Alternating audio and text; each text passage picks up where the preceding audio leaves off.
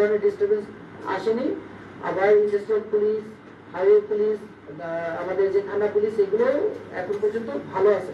এবং এটার জন্য আপনারা যেভাবে অবদান রেখেছেন, আপনাদের পক্ষ থেকে আমি আবারও আপনাদেরকে ধন্যবাদ জানাতে চাই। আমি আপনাদেরকে আরেকটা জিনিস বলবো, সেটা হচ্ছে আমাদের সবাইকে ইন্টিগ্রেট করে চলতে হবে। এখন কিন্তু মাননীয় প্রধান উপদেষ্টা মহোদয় যেটা বলেছেন, আমাদের একতার সময়। এখন আমাদের ভিতরে বিভেদ থাকা উচিত হবে না। হয়তো এরকম হতে পারে যে আপনাদের ভিতরে এরকম থাকতে পারে যে একজন এ পন্থী, একজন বি পন্থী, একজন সি পন্থী, একজন ডি পন্থী, এরকম। সো এরকম বিভেদ থাকলে আমরা কিন্তু আসলে সামনে দিকে ভালোভাবে এগোতে পারবো না। সো আমি অনুরোধ করবো যে আপনারা সবাই এক হয়ে এই সময়টার জন্য, বাংলাদেশের জন্য যে একটা পরিবর্তন এসেছে, এই পরিবর্তনটাকে পজিটিভলি যেন আমরা সামনে এগিয়ে নিতে পারি, এটার জন্য আপনারা সবাই মানে ঐক্যের সাথে আমরা যেন এই সামনের দিকে মিলেশ্বরকে এগিয়ে নিতে পারি। একটা জিনিস খুবই ইম্পর্টেন্ট, আমরা যে ধরনের কমপ্লেন পাচ্ছি, বেশিরভাগ কমপ্লেনের মূল কারণ যেটা আমরা খুঁজে বের করতেছি, সেটা হচ্ছে অধৈর্য। মানুষ ধৈর্য ধরতে পারতেছে না, এই জন্য কমপ্লেন আসে। কারণ আমাদের কাছে আজকে 100টা মিলেশ্বরায় 100+ কমপ্লেন এসেছে। এটা 90% কমপ্লেন হচ্ছে এই 17 বছর ধরে ঝামেলা ছিল, এখন তারা 17 মিনিটে এটা সমাধান চায়। ঠিক আছে? তো এখানে কিন্তু ধৈর্য ধরতে হবে, সবাইকে ধৈর্য ধরতে হবে। সো এবং অনেক ল্যান্ড ইস্যু সংক্রান্ত যে প্রবলেমগুলো আমাদের কাছে আসে, আমরা অলরেডি উপজেলা পরিষদের সাথে এসিল্যান্ড মহোদয়কে সাথে নিয়ে এটা নিয়ে আমরা কাজ করছি। আমরা নিশ্চিত যে আপনাদের এই এলাকার সবার জন্য ন্যায় বিচারটা আমরা নিশ্চিত করতে পারবো। সো এখানে আমি সবাইকে একটু ধৈর্য সহকারে কাজ করতে হলো। আপনারাও জানাবেন সবাইকে, সবজন একটু ধৈর্য ধরে, কারণ যখন ধৈর্যটা আমাদের একটু কম হয়, তখন আসলে বিবাদ বেড়ে যায়। তো এখন পর্যন্ত আমাদের এখানে কয়েকজনকে ধরে নিয়ে আসা হয়েছিল, যারা বিশৃঙ্খলাকারী ছিল, দুষ্কৃতকারী ছিল, তাদেরকে আমরা ধরে নিয়ে এসেছিলাম। বাট আবার সবাইকেই মুসলিকা দিয়ে আমরা প্রথমবারের মতো তাদেরকে সুযোগ দিয়েছি অনেকেই। তো এটার পজিটিভ একটা দিক আছে যে আমরা ধরে নিয়ে আসছি, বাট আবার নেগেটিভ দিক হচ্ছে তারা সুযোগ পাচ্ছে। তো এইটার ব্যাপারে আপনাদের আমি মতামত চাইবো যে আপনারা কি চান, কিংবা আপনাদের এলাকার জন্য কোনটা ভালো হবে, যে তাদেরকে ধরে আমরা আরো কঠোর কোনো ব্যবস্থা নেবো, নাকি এখন যেভাবে চলছে সেভাবে চলবে, সে ব্যাপারে আপনাদের মতামতটা আমাদের জন্য গুরুত্বপূর্ণ হবে। কারণ আমরা এই মিরেশ্বরের মূল বাসিন্দা না, আপনারা এখানকার মূল বাসিন্দা, আপনারা এখানকার পরিস্থিতি জানেন। তো আপনাদের থেকে আমরা যে তথ্য পাবো, যে সাজেশন পাবো, সেগুলো আমাদের জন্য, আমাদের কাজ করার জন্য একটা পাথর হয়ে থাকবে। সবশেষে আমি বলবো যে আমরা যদি সবাই মিলে চেষ্টা করি, তাহলে এই মিরেশ্বরের অবস্থা আরো ভালো করার জন্য আমরা কার্যকরী অবদান রাখতে পারবো। এই ব্যাপারে আমরা অলরেডি উপজেলা প্রশাসনের সাথে কাজ করছি, পুলিশের সাথে কাজ করছি, আনসারের সাথে কাজ করছি, ফায়ার সার্ভিসের যারা আছে তাদের সাথে কাজ করছি, সব ধরনের পুলিশের সাথে কাজ করছি, ইভেন ব্যবসায়িক প্রতিষ্ঠান যারা আছে তাদের সাথে আমরা কাজ করছি, তাদের নিরাপত্তার জন্য আমরা কাজ করে যাচ্ছি। প্রত্যেকটা পর্যায়ে আমরা এখানে আমাদের প্রচেষ্টা জারি রেখেছি, যাতে করে সবাই নিরাপদ বোধ করে। এটা আমাদের প্রথম কাজ, যে মিরেশ্বরে সবাই যেন নিরাপত্তাটা পান। আমাদের প্রথম কাজ হচ্ছে এটা, এই নিরাপত্তা আমরা প্রথমে একদম নিশ্চিত করবো। এরপরে এরপরে যে ইস্যুগুলো থাকবে, যা ইস্যুগুলো পরিস্থিতি আরেকটু উন্নতি করা, জনগণকে যে ধরনের সেবা দেওয়ার কথা, সেই সেবাগুলো যেন তারা পায়, সেইগুলো নিশ্চিত করে এই ব্যাপারে আমরা কাজ করবো। এবং আমি নিশ্চিত যে আপনাদের সহযোগিতা পেলে আমরা খুব সহজেই এই কাজগুলো করতে পারবো। গত কয়েকটা দিন আমরা দিন রাত ধরে কাজ করেছি, বাট সেই নির্ঘুম রাত পার করলেও আমরা কষ্ট পাইনি, কারণ আমরা ধরে নিয়েছি যে আমরা দেশের মানুষের জন্য কাজ করছি। তো সেই দিক থেকে আপনারাও যেরকমই কাজ করেন, মাঠে থাকেন, সংবাদ গ্রহণ করেন, সংগ্রহ করেন, এবং সব জায়গায় পৌঁছে দেন, পাঠ্যটা তৈরি করেন, সঠিক তথ্যটা দিন। সেইভাবে আপনারা যেভাবে কাজ করেন, আমরা অন্য একটা ফ্রন্টে মিলিটারি এবং মিডিয়া মিলে যদি একসাথে কাজ করি, তাহলে আসলেই মিরেশ্বরে একটা শান্তিপূর্ণ এলাকা হিসেবে আগে ছিল, এবং আমি নিশ্চিত যে ভবিষ্যতে আরো ভালো হবে। আপনাদের সকলের সহযোগিতা আমরা কামনা করি। এখন আপনাদের যদি কিছু বলা থাকে, কিংবা আপনারা যদি কোনোভাবে মনে করেন যে কোনোভাবে আপনার থাকবেন, আপনার কোনো হুমকি পাচ্ছেন, আমাদেরকে জানাবেন। যে কোনো ধরনের, যে কোনো ব্যক্তি, মিরেশ্বর উপজেলার যে কোনো ব্যক্তি তার যে কোনো সমস্যা আমাদের কাছে জানতে পারে। সেটা আপনাদেরও যদি এরকম থাকে, সেটা আমাদের কাছে জানতে হবে। অন্য যে কেউ হুমকি পেয়েছে কোনো ধরনের, আমাদের কাছে জানাবেন, আমরা ইনশাল্লাহ কার্যকরী ব্যবস্থা নেব, আপনাদের যদি কোনো কিছু বলা থাকে। ধন্যবাদ। আমরা চমৎকারভাবে আপনার বক্তব্য পেয়েছি। এখন আপনারা আসলে কাজ করবেন কিভাবে? আপনাদের সহযোগী অনেক উপকরণ তো এখানে নাই, যেটা আমরা নিজেরা দেখছি। প্রথম দিনেই একটা ডাকাত একটা ধরে আপনাদেরকে প্রবর্ত করলো। আপনাদের এখানে আসার পরে তাকে কিছুক্ষণ বেঁধে রাখা ছাড়া উপায় নাই। রাখবেন কোথায় তাকে? আবার তাকে রাখলে খাওয়াইতে হবে, কোনো বিষয় নাই। এখন থানাটা কখন সক্রিয় হবে তখনই মনে হয় আপনারা এই পুরোপুরি সক্রিয় হলে আপনারা আপনাদের কার্যক্রমগুলো ঠিকঠাক ভাবে মনে হয় করতে পারবেন, আমার একটা অভিমত আর কি। এখন অবশ্যই আজকে ঋষভের সাথে কথা বলছি যে ওনারা আজকে থেকে আগামীকালকে থেকে সক্রিয় হবে। আমাদের ওই যে আরেকজন ভাইয়ের সাথে আমি দুপুরে কথা বলছি, বলতেছে না ঠিক আছে, সবকিছু বসে আসছে যে মানে 70% পুলিশ অলরেডি জয়েন করেছে। অলরেডি গোড়াগঞ্জ থানা 90% ইতিমধ্যে সক্রিয় এবং নিশ্চয় থানা 70% সক্রিয়। এখন শুধুমাত্র অ্যাক্টিভলি অফিস করা শুরু করা আর কি। এখন আপনারা আসামি কেউ এসে আপনারা অপরাধ কিন্তু দিল, আপনারা নেবেন কোথায়? ছেড়ে দেওয়া ছাড়া কোনো উপায় নাই মুসলেখা নিয়ে। মানে আমরা প্রতিগুলো বুঝতেছি। ধন্যবাদ। এবং থানাটায় ক্লিক করার ব্যবস্থা করলে মনে হয় সবচেয়ে মানুষও সিকিউর হবে, আপনারাও আমরাও সকলের মানে নিয়মতান্ত্রিক বিষয়গুলোতে সুবিধা হবে। ধন্যবাদ স্যার। আপনি সঠিক বলেছেন যে আসলে থানার সেবাটা মানুষ যখন পাবে তখন আইন শৃঙ্খলা পরিস্থিতি আরো উন্নতি হবে। এই ক্ষেত্রে আমার একটা পরামর্শ সেটা ছিল, নিজে কর্মীদের সাথে আপনার যে হোয়াটসঅ্যাপ গ্রুপ থাকতো, আমরা যে কোনো তথ্য দ্রুত আপনাদেরকে পৌঁছাতে পারতাম। একটা গ্রুপ করা মেজর আরফি, তুমি একটা হোয়াটসঅ্যাপ গ্রুপ তৈরি করো, এটি অ্যাডমিন, ওনাদের আপনাদের সভাপতি সেক্রেটারি কাউকে অ্যাডমিন বানাও, তাহলে ওনারাও বাকিদেরকে সেই গ্রুপের মেম্বার হিসেব তৈরি করতে পারবেন এবং তথ্য শেয়ারটা আমরা খুব দ্রুত করতে হবে। নাম্বারগুলো পাবেন তো?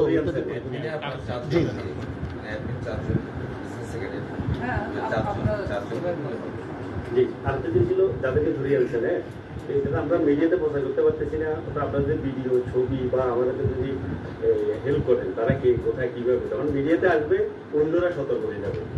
এই জিনিসটা একটু প্রচার করা দরকার আমাদের।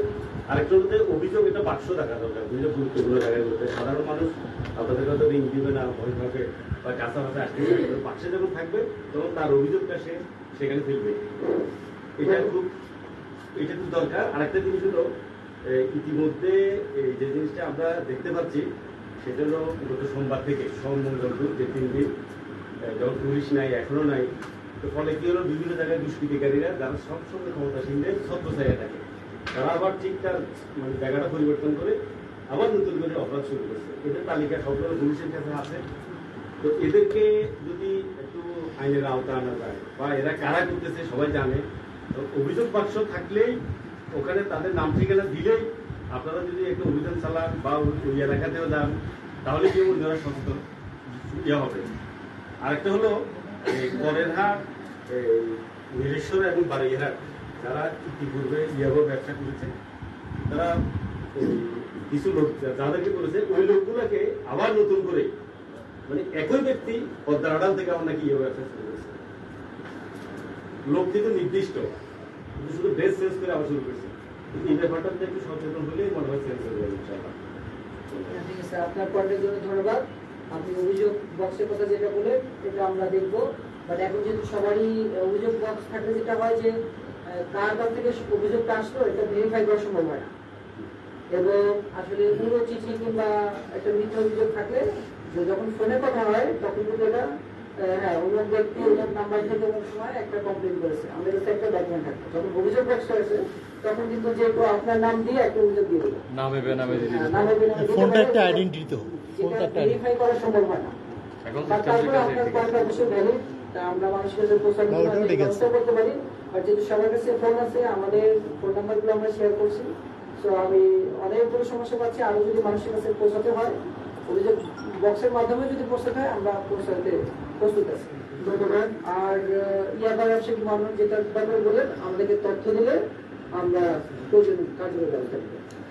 একটা বিষয় হচ্ছে নিউজের ব্যাপারে যে বিষয়টা, এটা আপনারা যে বাহিনী থেকে আসছেন আপনাদের জন্য পুলিশিং করাটা খুব ডিফিকাল্ট হয়ে যায়। আমরা এই যে অনেকগুলো সাংবাদিক, দেখা যাচ্ছে যে একটা নিউজের আইটেম আসলো, এখন অনেকগুলো সাংবাদিক আপনাদেরকে ফোন দিল, আপনারাই একদিনে চিন্তা করবেন যে এতগুলো সাংবাদিক আমাদেরকে একাত্রে ফোন দিচ্ছে, আপনারাও বেশি হয়ে যাওয়ার দরকার। তো সেই ক্ষেত্রে হোয়াটসঅ্যাপ গ্রুপটা খুবই জরুরি এবং এটাকে ফার্স্ট প্রায়োরিটি দেওয়া দরকার। আর আরেকটা বিষয় হলো আমরা এখনো জানতে পারি নাই, বিশেষ করে সংখ্যালঘু সম্প্রদায়ের কিছু প্রতিনিধি আছে, হ্যাঁ। তো আমার মনে হয় আমাদের মিরসরাই খুবই শান্ত আছে, যদিও প্রথম দিকে কিছু ভয়ভীতি হয়েছিল বা অনেকে ভয় পেয়েছিল অনেক কারণে, মানে যে সিকোয়েন্স ছিল ওখানে পুলিশ বের হতে পারতেছে না, জনগণ তো এটা একটা ব্যাপার, আর যারা আনরুল স্পেক্টেটর আছে তাদের বিষয়টা ভিন্ন। তো আমি মনে করি যে সংখ্যালঘু সম্প্রদায় যারা আছে, ইভেন পাশাপাশি যারা বিভিন্ন মসজিদের দায়িত্বে আছে, এদের প্রতিনিধি যারা উপজেলা প্রতিনিধি আছে, এদেরকে নিয়ে আপনি একটা বসে এবং সাংবাদিকদের সহ রেখে একটা ব্রিফ করলে এটা দ্বারা সমাজ উপকৃত হবে। কারণ এখানে মন্দির এবং মসজিদ এটা কিন্তু প্রত্যেকটা পাড়ায় পাড়াই আছে, হ্যাঁ। সেই সাথে আমাদের সাংবাদিকদের সাথে একটা সমন্বয় আছে। তো সেই সমন্বয়টা যদি আপনাদের সাথে সহ থাকে, পুলিশ অবশ্যই এই বিষয়ে অবগত আছে। তো এই বিষয়টা আমি আপনাদের দৃষ্টি আকর্ষণ করব। আর বিশেষ করে নিউজের ব্যাপারটা যেন আপনারা যেই নিউজ আইটেমটা দিবেন বা নিউজের যে স্টেটমেন্টটা দিবেন, সেই নিউজের স্টেটমেন্টের আলোকে আপনাদেরও, আপনি যেহেতু এখানকার প্রধান আছেন, আপনার স্টেটমেন্টও চলে যায়। না হলে দেখা গেল যে নিউজ আইটেমটা পেলাম কিন্তু স্টেটমেন্টে আপনাকে বারবার সবাই ফোন দিতে হবে।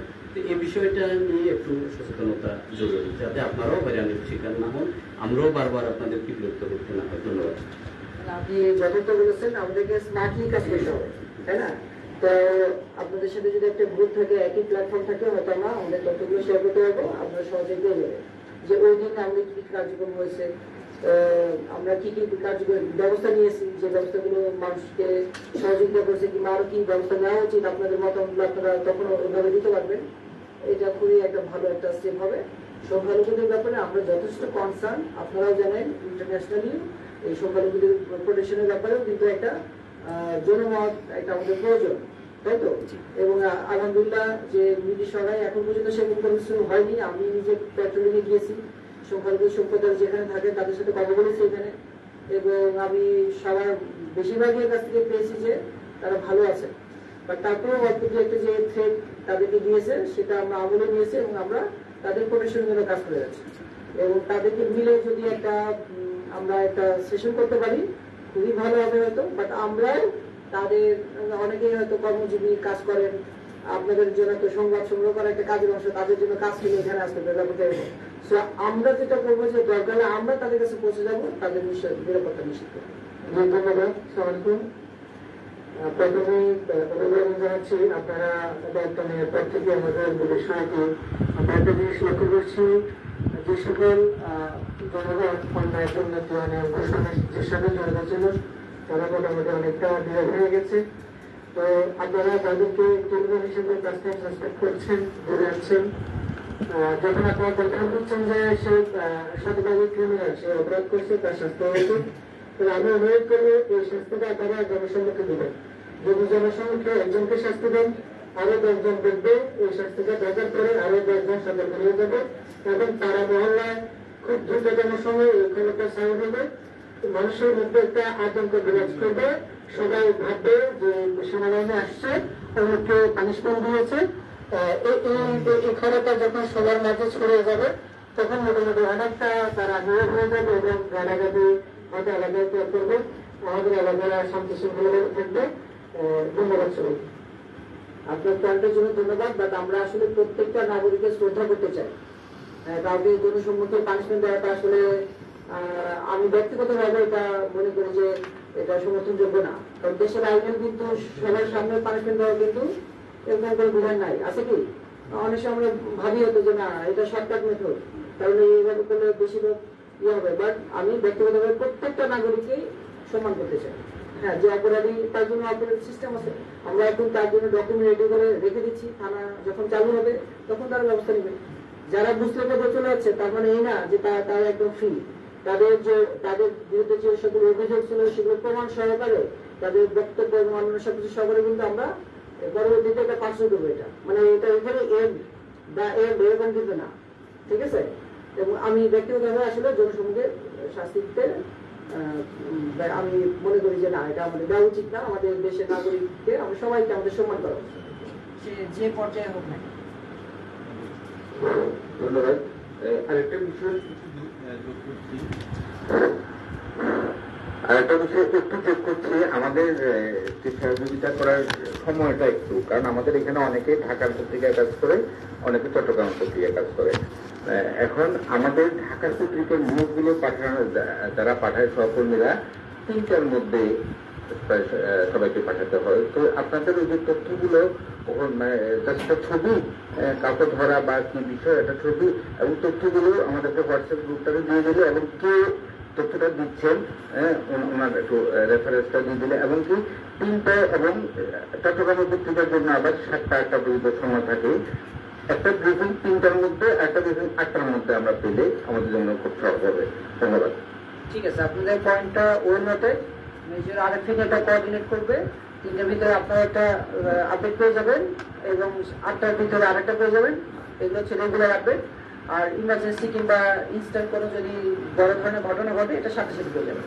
ঠিক আছে, ওকে, ধন্যবাদ। আজকের এই সুন্দর আয়োজনের জন্য আমি আমাদের মিশরের পক্ষ থেকে এবং আমাদের গণমাধ্যমের পক্ষ থেকে আমাদের মেজর আমিন স্যার, নাম আমিন স্যার এবং আরিফিন সাহেব এবং আলামিন সাহেব সহ আপনাদের সেনাবাহিনীর সবাইকে ধন্যবাদ জানাই। আসলে বাংলাদেশ সেনাবাহিনী আমাদের আস্থা এবং নির্ভরতার আমাদের আমরা মনে করি যে একদম সর্বশেষ আস্থার জায়গা এটা। যখনই আমাদের দেশের যে কোনো সংকটময় মুহূর্ত তৈরি হয়, তখনই আমাদের এই বাংলাদেশ সেনাবাহিনী মানুষকে সহযোগিতা করার জন্য, মানুষের পাশে দাঁড়ানোর জন্য ওনারা এগিয়ে আসেন এবং ওনাদের সহযোগিতায়, এই সেনাবাহিনীর সহযোগিতায় আমরা আমাদের দেশের বড় বড় সংকট থেকে আমরা উত্তরণ করেছি। আমাদের বর্তমান যে সংকট চলছে, সারা বাংলাদেশে কোনো থানাতেই পুলিশ যখন ছিল না, এখনো নেই অনেক থানায়, এই সময় আমাদের বাংলাদেশ সেনাবাহিনী থানা এবং মানুষের জানমালের নিরাপত্তা সহ সর্বস্তরের সরকারের যে সম্পদ, রাষ্ট্রীয় সম্পদ সবকিছু রক্ষার জন্য আপনাদের যে ভূমিকা, সেটা অত্যন্ত প্রশংসনীয়। পাশাপাশি বলবো যে আজকে আমরা যে আমাদের সারা বাংলাদেশে কি হচ্ছে আমরা সেটা বলবো না, আমরা চেষ্টা করব, আমরা সাংবাদিক, সেনাবাহিনীর জনপ্রতিনিধি, রাজনীতিবিদ, আমরা সবাই মিলে আমরা চেষ্টা করেছি আমাদের মিশরকে ভালো রাখার জন্য। এবং সর্বপ্রথম 4 তারিখে আমাদের যে প্রথম যে বিশৃঙ্খলা তৈরি হলো, 5 তারিখের পরে 6 তারিখ থেকে আমি আমাদের এখানে যিনি হিন্দু বৌদ্ধ খ্রিস্টান ঐক্য পরিষদের সভাপতি বাবু সুদর্শন রায়, ওনাকে অনুমতি দিলাম এবং উনি আসলো। ওনাকে নিয়ে আমি আজকে পর্যন্ত 5-6টা আমি প্রোগ্রাম বিভিন্ন মন্দিরে প্রোগ্রাম করেছি, যাতে ওনাদের মধ্যে আর সাহস ফিরে আসে, ওনাদের মধ্যে ওনাদের ভয় কেটে যায়। আসলে আমাদের এখানে আমরা যে সাম্প্রদায়িক যে সম্প্রীতি, এটা আমরা সংখ্যালঘু হিসাবে মানতে রাজি না। আমরা সবাই বাংলাদেশি এবং আমরা যেভাবে অতীত থেকে এখানে বসবাস করে আসতেছি, এটা নিয়ে আমরা লেখালেখিও করতেছি এবং সব মানুষের মধ্যে সচেতনতা সৃষ্টি করার জন্য, মানুষের ভয় দূর করার জন্য এবং মানুষ যেন স্বাভাবিক জীবনযাপন করে, সেজন্য আমরা কাজ করে আসছি। এবং এখানে আমাদের যে থানা এবং যে সরকারি অফিসগুলো রয়েছে, এগুলোতে আমরা পাহারার ব্যবস্থা করেছি। আমি 2-3 রাত ঘুমাই নাই। আমি ইউনিয়ন ম্যাডামের অফিসেও ছিলাম একটা, এবং থানাতেও ছিলাম। আমরা সব জায়গায় আমরা চেষ্টা করেছি এবং সর্বময় আজকের যে কৃতিত্ব আমাদের সেনাবাহিনী এবং আমাদের সাংবাদিক জনগণ সব মিলে আমরা আজকের সারা বাংলাদেশের মধ্যে আমরা মনে করি যে আমাদের এই মিশরাই একটি দৃষ্টান্ত। এবং আমরা আশা করব এখন যেহেতু সেনাবাহিনী এখানে দায়িত্ব পালন করছে, আর সামনে যে সংকট আমরা মনে করি আমরা অনেকটা উত্তরণ করেছি, অনেকটা স্বাভাবিক হয়ে আসছে এবং আমাদের থানাও দায়িত্ব পালন করা শুরু করেছে, অলরেডি কাজ শুরু হয়েছে। আমাদের 2 থানার ওসিও এসেছেন, একটু আগে আমার সাথে এসপি সার্কেল সাহেবের সাথে কথা হয়েছে, ওনারাও কাজ শুরু করেছেন। তা আশা করি আপনাদের সহযোগিতায় আমরা এই সংকট উত্তরণ করব, আমরা সফল হব এবং আমাদের এখানে যে আমাদের যে সুনাম এবং আমাদের যে এখানে যে দৃষ্টান্ত, এটা আপনারাও অবলোকন করেছেন, আপনারা অবহিত হয়েছেন। আর যে বিষয়টি বলবো, আমাদের নিউজ কিভাবে আমরা আদান প্রদান করবো, সেগুলি আলোচনা হয়েছে, সিদ্ধান্ত হয়েছে একটা হোয়াটসঅ্যাপ গ্রুপের ব্যাপারে, এবং নিউজের যে আমাদের টাইমিং আছে সেটাও আমাদের পলাশ সাহেব বলেছেন, এগুলো আপনারা নিশ্চয় নোট করেছেন। আর যে বিষয়টা সেটা হচ্ছে, এখন আমরা যেটা দেখছি, আমাদের কাজ হচ্ছে আইন শৃঙ্খলা পরিস্থিতিটাকে স্থিতিশীল রাখা, কিন্তু আমরা বেশিরভাগই অভিযোগ সাংবাদিকদের মধ্যে যেগুলো আসতেছে, হয়তো সেগুলো আপনাদের কাছেও যাচ্ছে, বেশিরভাগ আসতেছে আমাদের জায়গা জমি সংক্রান্ত। অনেকে এই সুযোগটাকে কাজে লাগানোর চেষ্টা করতেছে, তাদের যে 17 বছর 18 বছরের যে জমি বেদখল ছিল, তারা সেগুলো উদ্ধার করার জন্য আপনাদের কাছে শরণাপন্ন হচ্ছেন, আমাদের কাছে শরণাপন্ন হচ্ছেন। তো এই বিষয়টা আসলে সত্যের ব্যাপার, বিষয়টা আপনারা যেহেতু সত্যের ব্যাপার, এই সত্যের যে ডকুমেন্টস গুলো আছে সেগুলো আপনারা দেখে তারপরে সিদ্ধান্ত দেওয়ার জন্য আমি আপনাদেরকে অনুরোধ করবো। কারণ এই বিষয়গুলি অনেকগুলো বিষয় আছে যেগুলো আদালতে মামলা আছে। বিচারাধীন বিষয়ে যদি আপনারা তাৎক্ষণিক সমাধান দিয়ে দেন, সংকট কিন্তু সমাধান হবে না, এটা আরো জটিল হয়ে যাবে পরে। এবং কিছু আছে দোকান, ব্যবসা বাণিজ্য, যারা রাজনৈতিক কারণে অনেক সময় দোকানদারি করতে পারে নাই, এখন তারা ফিরে আসছে, তাদের দোকানগুলো বুঝে নেওয়ার জন্য চাচ্ছে, সেটা কিন্তু আমরা রাজনৈতিক দৃষ্টিকোণ থেকে দেখছি। এখন আরেকটা বিষয় হচ্ছে, যারা এখন আমরা বলছি যে সংখ্যালঘুদেরকে হুমকি দেওয়া হচ্ছে কিছু কিছু জায়গায়, কিন্তু সংখ্যালঘু যাদেরকে আমরা বলছি তারা কিন্তু আসলে এটা সংখ্যালঘু দৃষ্টিকোণ থেকে না। আমরা যাদেরকে সংখ্যালঘু বলছি তারাও কিন্তু একটা রাজনৈতিক দলের দায়িত্বে আছেন, হয়তো ছিলেন, তারাও কিন্তু রাজনীতি করেন। যেহেতু উনি 17 বছর পর্যন্ত রাজনৈতিক দলের দায়িত্বে ছিলেন, তাহলে তার প্রতি সেটা যদি রাজনৈতিক কোন ক্ষোভের কারণে হয়ে থাকে, সেটাকে আমি বলবো আপনারা সংখ্যালঘু দৃষ্টিতে না দেখে সেটাকে রাজনৈতিক দৃষ্টিকোণ থেকে যদি দেখেন, তাহলে সেটা আমাদের যে সংখ্যালঘু নিয়ে যারা অপপ্রচার হচ্ছে, যে গুজব হচ্ছে, সেটা থেকে আমরা রেহাই পাবো, মুক্তি পাবো। এই বিষয়গুলি অত্যন্ত জটিল। যেমন কালকে আমাদের জনার্দন একজনকে ধরেছেন, তিনি হিন্দু ভদ্রলোক, তাকে মাদের দশা মদ বাংলা মদ যেটাকে আমরা বলি, মদ সহ আটক করেছেন। তো এখন এলাকার লোকজন যদি মদ সহ ওনাকে আটক করেন, সেটাকে আমরা সংখ্যালঘু হিসেবে দেখবো না, ওনাকে আমরা একজন মাদক বিক্রেতা হিসেবে দেখবো।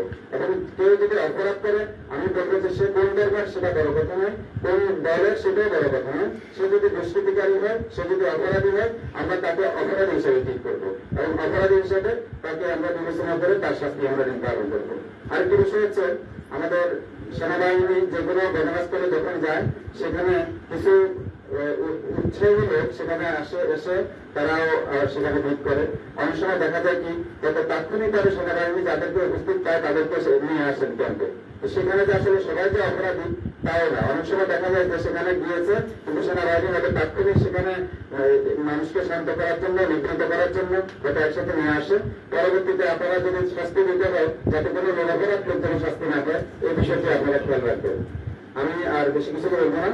ধন্যবাদ সবাইকে আপনাদের এই সহযোগিতা, এত সুন্দর আয়োজনের জন্য আবার ধন্যবাদ জানিয়ে শেষ করছি। আসসালামু আলাইকুম। আপনার সবগুলো পয়েন্ট আমরা নিলাম, এবং আমরাও চেষ্টা করবো যাতে কোনো নিরাপরাধ ব্যক্তিকে কোনোভাবে হেনস্থা না করা, এটার জন্য আমরা সর্বোচ্চ চেষ্টা করব। আমি আসলে আমার সহকর্মীরা অনেক বিষয় নিয়েছে, যে বিষয়গুলো আমরা আলোচনা করাছিলাম, আমাদের যে ইস্যুগুলো, আমাদের রিপোর্টিং এর যে ইস্যুগুলো সব চলে আসছে। আর আইনশৃঙ্খলা পরিস্থিতির যে বিষয়টা, সেটা অনেকটা বিষয় বাংলাদেশের অন্য জায়গায় তুলনায় মনে হচ্ছে এখানে ভালো। আমি যে বিষয়টা বলতে চাই, আজকে বেশ কয়েকদিন আমরা উপলব্ধি করছি, সেটা হচ্ছে বিষয় যে শিক্ষা প্রতিষ্ঠানগুলো আছে, যেগুলো খুলে দেওয়া হয়েছে, আমার মনে হচ্ছে সেখানে যেহেতু একটা ফোরাম, ম্যানেজিং কমিটি বা টিচার, সকলের মধ্যে একটা অনৈক্য বা অনেক টিচার, অনেক ম্যানেজিং কমিটির মেম্বার বা দায়িত্বশীল, তারা গার্ডিয়ান মিটিং, রেগুলার যেগুলো অ্যাপয়েন্টমেন্ট, এগুলো ঠিক করতে পারছে না বলে আমার মনে হচ্ছে।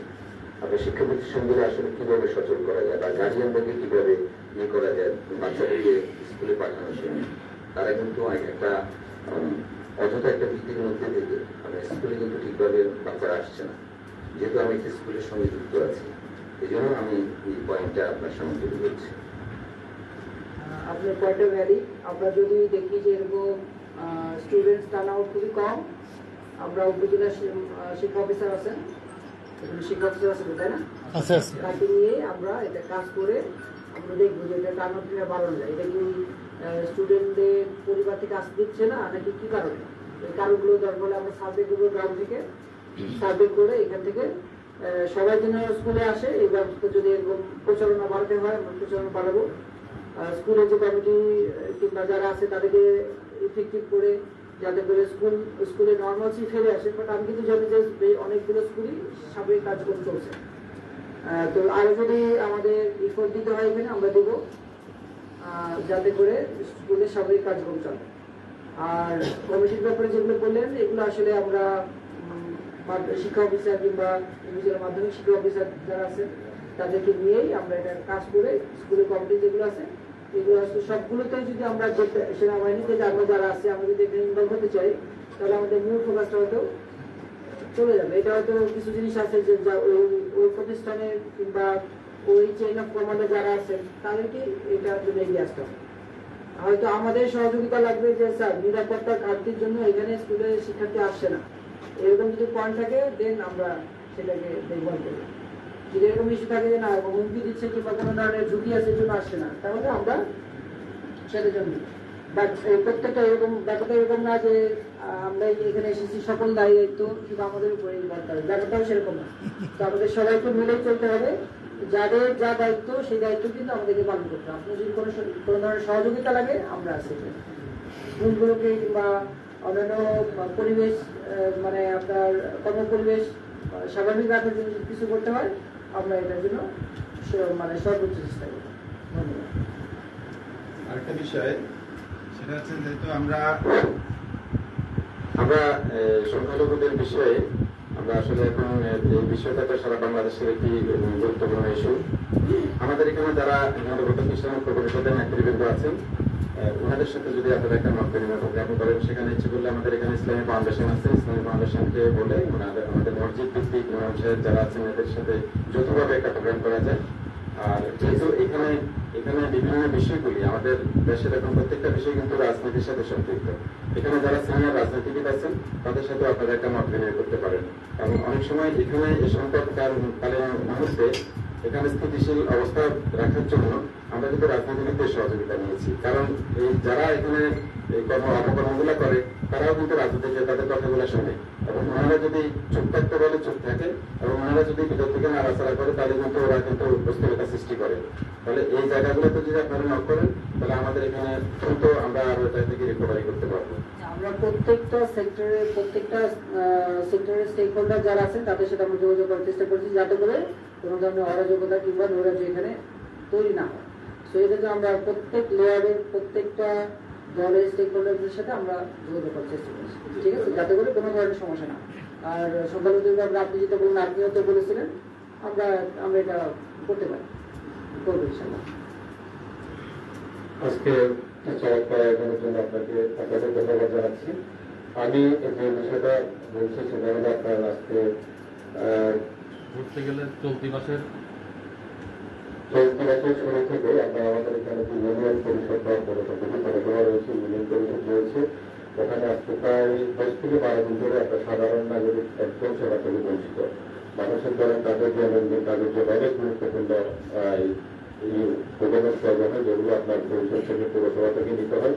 এখন যেহেতু চেয়ারম্যানরা হয়তো রাজনৈতিক দলের সাথে সম্পৃক্ত, ওরা বিভিন্ন ভয়ে আসতেছে না, আর ওরা যদি না আসে কিন্তু আপনার একজন নাগরিকত্ব ডকুমেন্টস প্রয়োজন, কিভাবে এটা রিকভারি করা যায় বা ওনারা পায় এই ব্যবস্থা করা দরকার। আরেকটা বিষয় হলো আমরা যেটা জানি সেটা হলো উপজেলায় অনেকগুলো হাসপাতাল আছে যেগুলো ইজারা নিয়েছে, বিশেষ করে যারা ইজারা নিয়েছে তারা সরকারি দলের লোকজন, তারা যেহেতু এলাকায় নেয় অনেকে, এখানে দেখা গেছে ওই বাজারগুলো নিয়ে একটা বিশৃঙ্খলা সৃষ্টি হচ্ছে।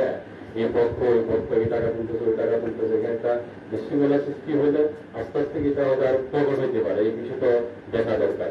আরেকটা বিষয় আমি আপনাদেরকে একটু নলেজ দিই, সেটা হলো আপনারা আমাদের এখানে আমরা যতটুকু জানি, আমরা সংখ্যালঘু বলবো না, সবাই আমরা ভাই ভাই, এখানে কিছুই হয় না ওনাদের। হ্যাঁ, ওখানে কোনো সমস্যা হয় না, একটু যেগুলো ব্যক্তিগত, কিন্তু ইদানিং যে আপনার যে একটা ঢাকাতে বা চিটং একটা যে আন্দোলন করতেছে, আমাদের দিনাজপুরে তো কিছু হয় নাই, সবাই তো নিরাপদ আছে, এখানকার একটা শ্রেণী ওখানে আন্দোলন চলতেছে। তাহলে কি হবে, যেহেতু ওনাদেরকে এখন আপনার সামাজিক যোগাযোগ মাধ্যমে ওনাদেরকে দেখছে, হ্যাঁ ওরা আন্দোলনে গেছে, ওরা যদি আবার ফিরে আসে দেখা যাবে এখানে একটা আপনার সৃষ্টি হবে, বিশৃঙ্খলা সৃষ্টি হবে।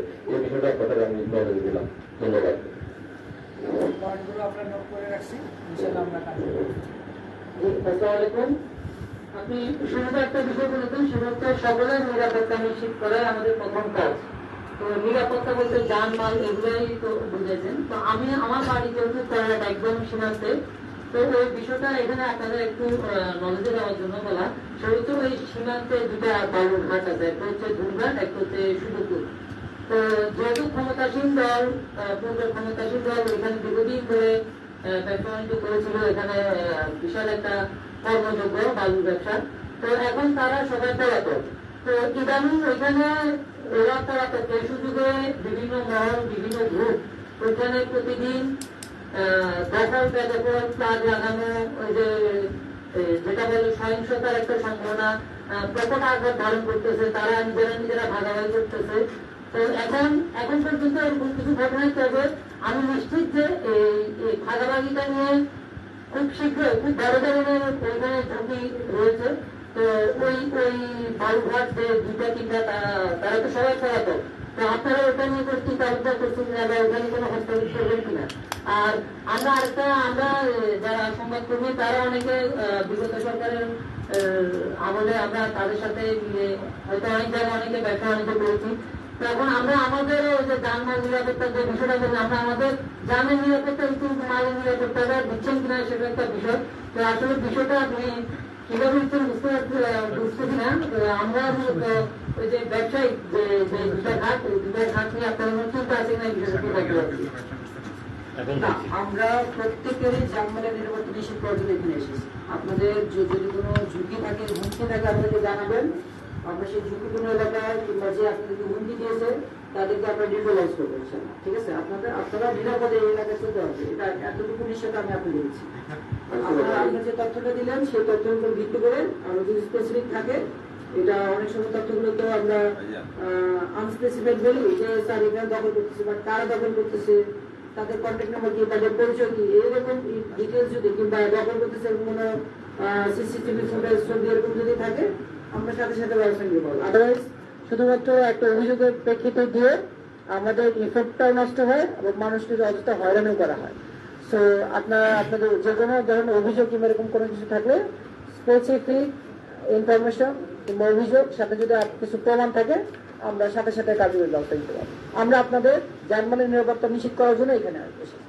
আসসালামু আলাইকুম স্যার, অনেক বিষয় নিয়ে আলাপ হয়েছে এবং ম্যাক্সিমাম পয়েন্টগুলো উঠে আছে। তো আপনি জানবেন যে রাজশাহী উপজেলা বাংলাদেশের ভিতরে সবচেয়ে বড় একটি উপজেলা, অনেকগুলো ইউনিয়ন এবং বাংলাদেশের উৎপাদন ক্ষেত্রের ভিতরে মৎস্য বিভাগ কিন্তু একটা নিজস্ব বড় একটা অবদান রাখে।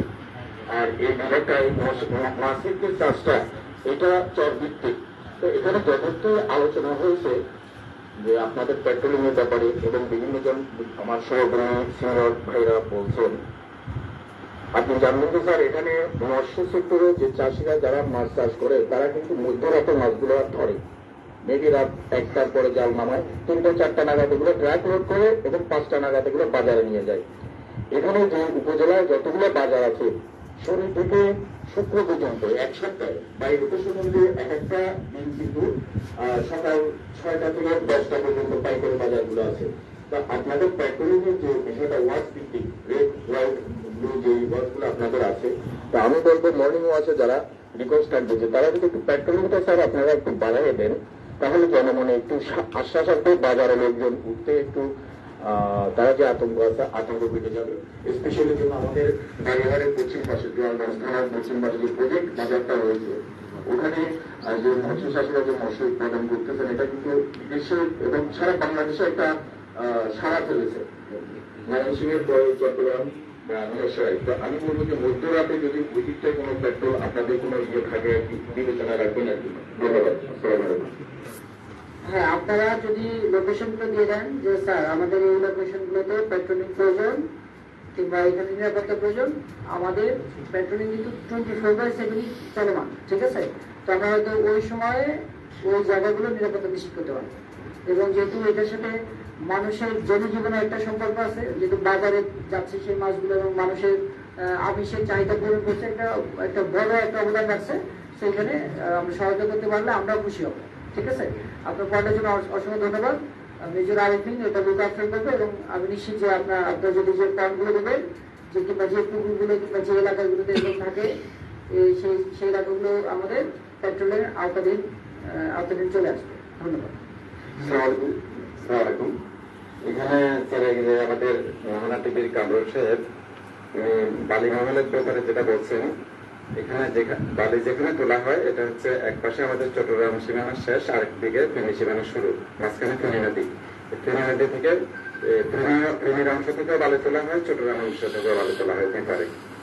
ওইদিকে ফেনীর অংশে সেনাবাহিনী লাল পতাকা লাগিয়ে দিয়েছে, বালি কেউ বিক্রি করতে পারবে না, নতুন করে তুলতেও পারবে না।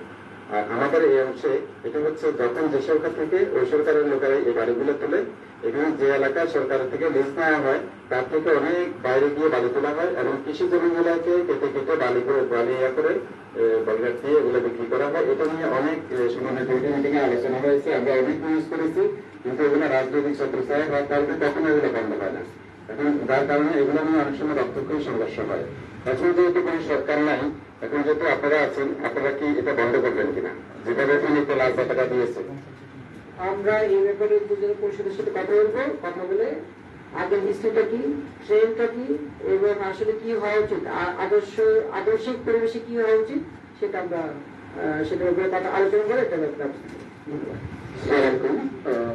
আমরা যেহেতু টেলিভিশনে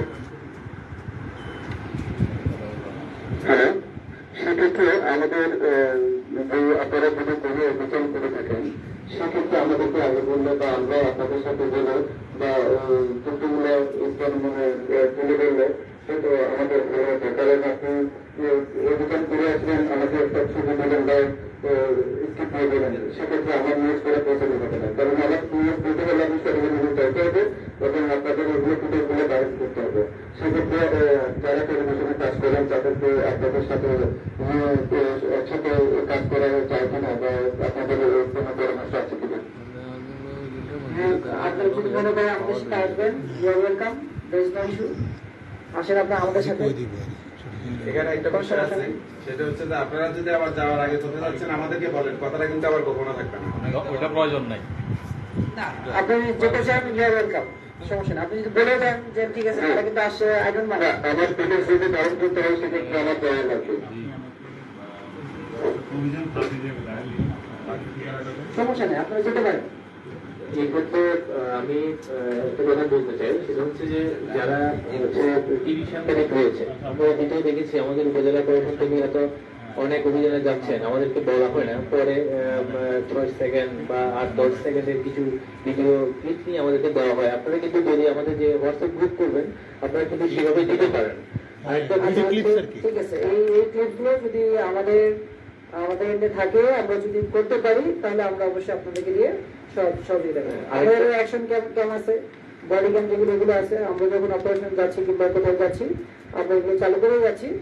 বাট অনেক ক্ষেত্রে আমরা হয়তো এটা ডিসকাস করি না, বাট হচ্ছে আপনাদের প্রয়োজন পেলে সেরকম প্রয়োজন হলে আমরা সহযোগিতা দিতে পারবো। আরেকটা বিষয় হচ্ছে, আমার সহকর্মী আমাদের মেয়ের পুস্তকের সাধারণ সম্পাদক মহোদয় বলেছেন যে যারা চেয়ারম্যান বা মেয়র যারা মেম্বার রয়েছেন, তারা তো হচ্ছে যে এই সত্যবিদে ক্ষমতাসীন দলেরই ভোট ছিলেন। এখন তারা তো ইউনিয়ন পরিষদ অর্থাৎ তাদের যে দায়িত্ব তারা পালন করছেন না। সেক্ষেত্রে কিন্তু আমরা যারা সাধারণ যারা দেশের যারা জনগণ রয়েছেন, তারা কিন্তু তাদের সে নাগরিক সুবিধা থেকে বঞ্চিত হচ্ছে এবং এদেরকে আনার জন্য এখন এরা তো একটা নিরাপত্তাহীনতায় রয়েছেন। এখন আপনি এদেরকে আনার জন্য এরা যদি আসে, এদের নিরাপত্তার ব্যবস্থাটা কি থাকবে? হয়তো আপনি কিছুক্ষণ আগে বলেছেন, শুরুতে বলেছেন যে এদেরকে আনার জন্য আপনাদের ভূমিকা কি। এখন হয়তো আমরা আমাদের সহকর্মী যারা আছে, আমরা হয়তো তাদেরকে বললাম যে আসো, তারা আসলো, তারা একটা ঘটনার শিকার হলো, সে দায়িত্বটা কে নিচ্ছে, তাদের নিরাপত্তা ব্যবস্থাটা কি? ধন্যবাদ। আর আমরা আশা করবো তারা খুব দ্রুত চলে আসবেন এবং তাদের যে নিরাপত্তা ঝুঁকি আছে কিংবা তারা যেটা হুমকি মনে করছেন সেগুলো হয়তো কেটে যাবে। এখন আপনি যেটা বলেন যে কিছু নাগরিক সুবিধা থেকে মানুষ বঞ্চিত, দ্যাটস ট্রু। আমিও চাই যে তারা দ্রুত এখানে চলে আসুন এবং তারা যদি আসেন মানুষ আরো ভালো সুবিধা পাবে। তারপরে তাদের অনুপস্থিত, এখন যেহেতু আমরা ডিজিটাল সে কথা বলি, মোবাইলে কোনো ওটিপি লাগবে এবং সেই উপজেলার চেয়ারম্যান কিংবা ইউনিয়ন পরিষদের চেয়ারম্যান তারা কিন্তু এই সেবাগুলো এখনো দিতে পারবে। সেই ওটিপিটা আমরা কাউকে পাঠিয়ে দিলাম, সে উনি যেখানে থাকুক না কেন উনি কিন্তু সেবা কিন্তু জারি থাকবে। আমরা এখন এরকম হয়ে গেছি যে আমরা সেবা দেওয়ার জন্য প্রেজেন্সলেস একটা এনভায়রনমেন্ট হলে হয়। ভিডিসিতেও দিতে পারেন, হোয়াটসঅ্যাপেও দিতে পারেন, কলেও দিতে পারেন, তাই না? তাকে অ্যাড্রেস করতে হবে, সেভাবে কিন্তু আমরা দূর থেকে এগুলো করতে পারি। তো সেবা দেওয়ার মন মানসিকতা একটা জিনিস যে তারা সেবা দিতে চান, যেখানেই তার থাকুক না কেন তারা সেবা দিতে পারবে। এবং আমি যতটুকু জেনেছি অনেক ইউনিয়ন পরিষদেই এই ধরনের যে সার্ভিসগুলো যেগুলো প্রয়োজন, ইউনিয়ন পরিষদের চেয়ারম্যানরা ওই ওটিপি আসছে, তারা তাদের সেক্রেটারদেরকে এটা দিয়ে দিচ্ছে কিংবা যারা আছে তাদেরকে দিয়ে দিচ্ছে এবং এইভাবে কিন্তু কাজগুলো তারা চালিয়ে দিচ্ছে। বাট আমি ব্যক্তিগতভাবে মনে করি যে না, তারা যদি সরাসরি আসেন এটা ভালো হবে। এবং এটার জন্য যে ধরনের নিরাপত্তা তারা চান সেই ধরনের নিরাপত্তা ব্যবস্থা আমরা করবো। ঠিক আছে, তো আপনারা যদি তাদেরকে যোগাযোগ করতে পারেন যে তাদের জন্য যা যা প্রয়োজন সেগুলো আমরা দিতে পারছি। এই বিষয়ে আমি একটা কথা বলি, সেটা হচ্ছে যেহেতু মেয়র, চেয়ারম্যান কিংবা সদস্য যারা আছে ইউনিয়ন পরিষদ কিংবা পৌরসভা, তারা কিন্তু বেশিরভাগই বাইরে, এবং ইভেন যারা অতিরিক্ত হারে জনগণ কিংবা মানুষের প্রতি নির্যাতন করেছে তারা এই মুহূর্তে আসার সম্ভাবনা আছে কিনা সেটা আমার জানা নেই, এটা যে দলের।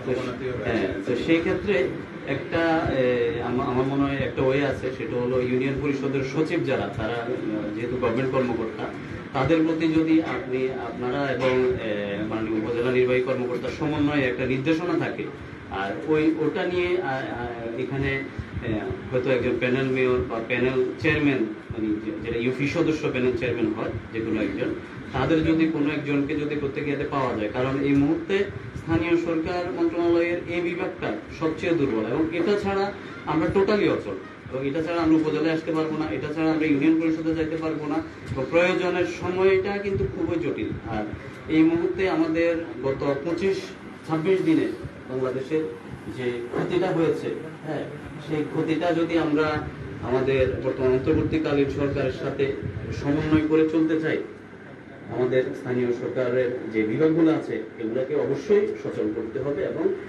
এই পর্যায়টা যদি করা যায় আমার মনে হয় জনগণ উপকৃত হবে। ধন্যবাদ।